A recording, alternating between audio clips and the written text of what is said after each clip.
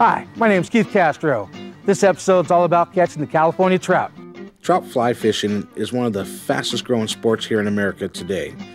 So our first stop is Tate Ranch in Gorman, California, where I'm going to take my first lesson in the art of casting for big California trout. So Brian, tell us a little bit about Tate Ranch. Well, we do fly fishing classes here. We have one-day classes and two-day classes. We also offer for an individual to come up, fish hourly, half-day, full day, and it's just different rates for the day. Okay, what kind of trout can they expect to get out of your ponds? We have rainbows, brookies, browns, and steelhead, about 1 to 3 pounds. Wow, which the kids really love that, huh? Catching those 3-pounders? Everybody's loving those big fish. Well, you ready to do a little fishing? Let's go to it. Let's do it. All right. Keith, I'd like you to meet one of our best instructors, Tom. Tom, how you doing? Great, Keith. Nice to meet you. Nice to meet you. Pleasure. Well, guys, have at it. Have a good time. All right. Thanks, Brian. So how long have you been an instructor? I've been fly fishing for a little over 20 years. Wow, it's a long time. It is a long time. So you can take an amateur like myself and whip me into shape? Well, I sure hope so. I hope so. We'll give too. it a good try. So out of the species in the pond, what's going to be the most aggressive for us this morning?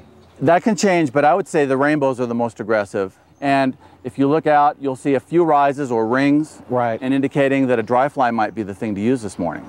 Okay, well, let's check out the gear we're going to use and see if we can catch them. Well, I have my trusty Lucky vest on. This is a gadget sport here.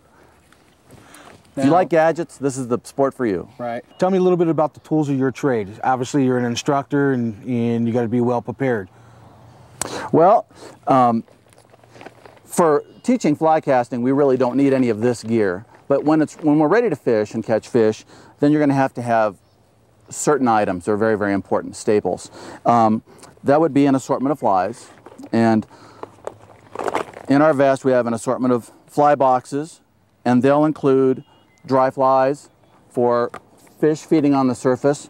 And go to another box, and maybe we'll have a box that has subsurface flies in it. We have to be able to meet various conditions in the water. I'm going to have hemostats like this. This is probably one of the most important little tools to help debarb or take the barb off the fly, crimp it down for safety reasons, and also to be able to release the fish unharmed quickly. Over here, I've got a little retractable here, sort of like a little keychain pulley thing, but on it I put a pair of nail clippers, and we'll use this to either take the fly off, or to change flies, or trim a knot.